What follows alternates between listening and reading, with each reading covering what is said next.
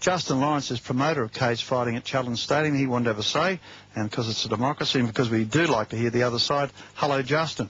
G'day, Howard. How are you? Okay, well, you probably have taken umbrage at what I've said about your sport.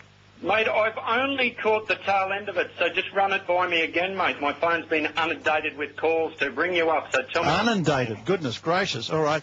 I actually said that people who participated in this were meatheads. Oh, dear. And what do you mean by that, Howard? They got no brains? Okay, and you have a problem with this sport? What's our challenge here, the sport or the double booking? What are you concerned about, mate? Well, we may have sorted out the double booking. I can't believe Challenge Stadium would opt to allow you people to run your show there ahead of the school ball. Howard, we negotiated, booked and signed a contract for that venue. I can't comment on the double booking or how that may have happened. It's not your fault anyway. I mean, it's Challenge Stadium stuff up.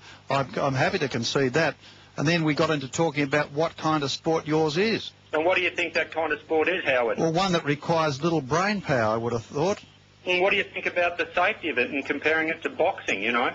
Well, I don't think boxing's too safe either, and I don't go to boxing matches, but the two blokes with a bloke pinning another bloke down the ground and belting the living daylights out of him, I don't think that that's too safe. Howard, yeah, I don't know. And I have watched it, by the way. You have, and when you watched it, what did you think? I thought that they must be stupid, the people involved in it. Did you think it was brutal, bloodthirsty, or anything like that? Or I thought all of the above, yes.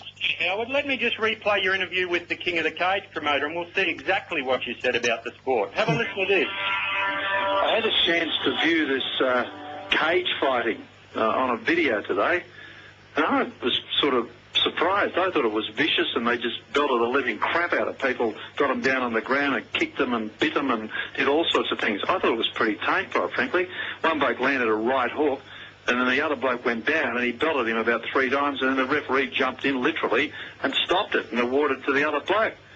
So I don't really know the critics. I mean, I'm not a great fan, I've got to say, for what I saw. I thought it was a bit, a bit tame. I didn't think it was wild at all. Anyway, the Carpenter government has now promised... Well, there we go, mate. That was 2 years ago with King of the Cage. What's the change in your tune for, mate? Well, I've actually seen more fights since then. I was watching other fights the other night and watching... You're a hypocrite. You're struggling with ratings, mate. You're trying to milk... I'm not actually struggling. I've had better ratings in the last year than I've had for 4 years. So, what? You don't want to listen to me? Pardon? You don't want to listen to us? You don't even want to listen to yourself. I've just blanket showed the public that you're a liar, Howard. A liar, am I? I said I've watched... Play another one, Howard, where you're talking to the AMA. Go on. If you get your rocks off doing that, get your rocks off, Justin. You're saying it's bloodthirsty and horrible. Only... Well, it is horrible. Well, now I just replay it 2 years ago. You're saying it's soft and timid. So tell me the story, Howard. What is it? The one I saw on your video, which your man gave to me, was timid. I've seen other ones since then, right? Howard, you watched UFC Jackson versus Liddell, and that's what you commented about. Would you like me to play it again to prove once again you're a hypocrite? Well, you're not listening to me. I said I watched that one about 2 years... Listen to you. No, I don't want to listen to me again. Can you just give them the... I don't want to listen to the same thing all over again.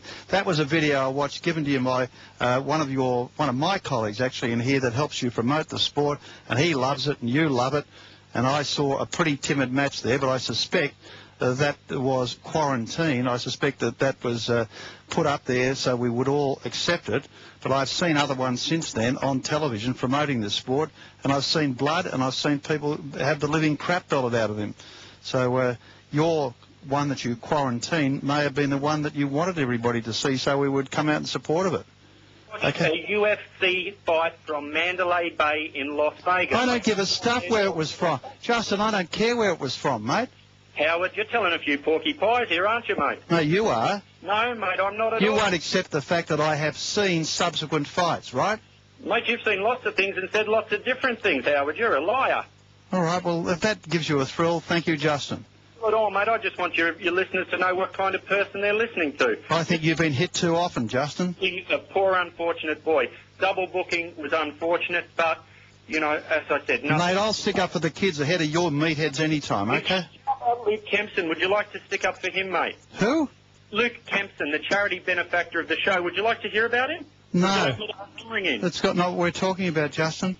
This is a charity event for Luke Kempston, who is quadriplegic. Well, I think you could have something better for him than that, okay? Because other people might finish up quadriplegic as a result of your stupid sport. Goodbye and good luck, Justin. 23 past 3.